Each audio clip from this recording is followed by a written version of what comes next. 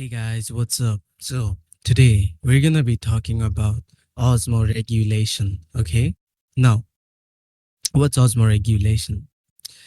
It's basically the maintenance of a constant water potential of the blood body fluids despite changes in the water intake or loss. Now, your body tries to maintain a certain threshold of water potential, right? And when the threshold deviates, your body carries out something called a negative response or negative feedback to correct the deviation, okay? And yeah, that's basically osmoregulation. Now, um, today we're gonna be we're gonna be talking about dehydration. We're gonna be looking into osmoregulation when your not glucose, your blood water potential is low. Okay. Now, when your blood water potential is low, it means you're dehydrated. All right. And your blood becomes more concentrated. What's gonna happen is that the concentrated blood is gonna reach your brain, of course. It's gonna go to your brain, and we've got a region called the hypothalamus in our brain. And in hypothalamus, we got something called osmoreceptors, right? Osmoreceptors, so they detect changes in the water potential of the blood or the CSF. Now, let me tell you what's going on. Since you're dehydrated, this is your blood, by the way, and this is your receptor. And your water potential is low, of course, in the blood, and the receptor has a relatively higher water potential. And as you know, water travels down its potential gradient, right? So water is going to travel out of the receptors, and it's going to cause the receptor to physically shrink. Now, this shrinking, it causes some changes in the frequency of the impulse fired. Now, you don't need to know about that, all right? It's complicated. We're not gonna dive that deep. Now, the shrinking basically stimulates the release of something called ADH. ADH. This is called antidiuretic hormone.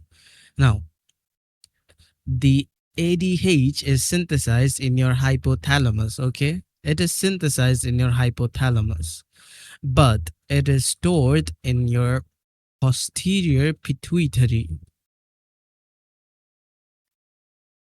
all right? It's synthesized in your hypothalamus and it's released it's stored in your posterior pituitary. So the hypothalamus basically um, tells the posterior pituitary to release ADH into the bloodstream. And that's exactly what posterior pituitary does. It releases ADH into the bloodstream, and ADH finds your kidneys, your collecting ducts, your nephrons. Now, this is a nephron. I know this is not the best illustration of a nephron, but just bear with me, okay? We got something called V2 receptors on the cell surface membrane of the collecting ducts. So basically, these are receptors for ADH, right? Now, what's going to happen is that ADH is going to come in and it's going to bind to its receptor. It's going to bind to its receptor, the V2 receptor. And this is gonna change things quite a bit. Now I'm gonna tell you how. Just give me a sec. So this is the cell, right? Okay, let me just draw it. Okay, not like that. This is the cell. Now ADH comes in and it binds to the cell. Now this activates something called the G protein. Excuse me. The G protein, it's gonna activate something called uh adenyl. Okay, I really struggle pronouncing this thing. Adenyl cyclase. Okay, it's written over here, guys. Please just read it for yourself. I'm sorry, I cannot pronounce this. Anyways, so whatever this is, it gets activated, and after it is activated, it's what it's gonna do is it's gonna wait, G, and then it's gonna take in ATP and convert it into something called CAMP. This is your second messenger. This is the full form is cyclic adenosine monophosphate, right? Now the second messenger is gonna activate something called protein kinase A. All right, PKA. And inside your cells you got vesicles. Let me just, yeah, you got vesicles,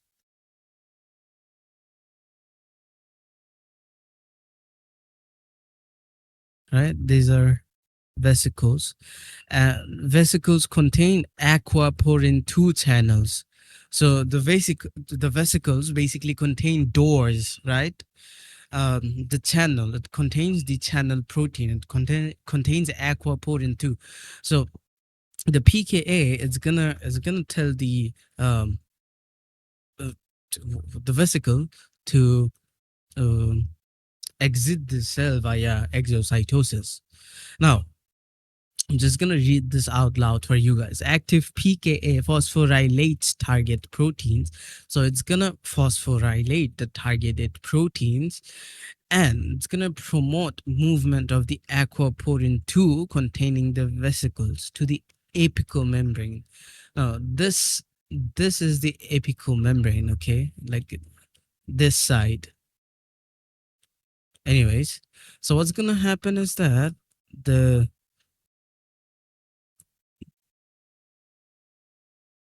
the vesicle is gonna move in, and it's gonna, I mean, the channels, they're gonna get embedded into the cell surface membrane. Now, these aquaporin 2 channels. Now, the aquaporin 2 what the hell am I saying? Wait. Where's my stroke eraser? The aquaporin 2 channels, what they do is they allow water from the apical membrane, from the, wait, from this apical side to exit the collecting duct. All right. So after the aquaporin 2 channels are inserted, water is gonna escape the collecting duct via osmosis, right? It's gonna enter the aquaporin 2 channel. Okay. So let me tell you what's happening. If we got the collecting duct here, right? And we got H2O here. Let me just add another, what do you call it? Another protein. So I'm just gonna, this is aquaporin 1. Now, what's gonna happen is that this water from the collecting duct is gonna enter the cell via the aquaporin 2 channel, and after that it's gonna exit the cell via aquaporin 1 channel, right?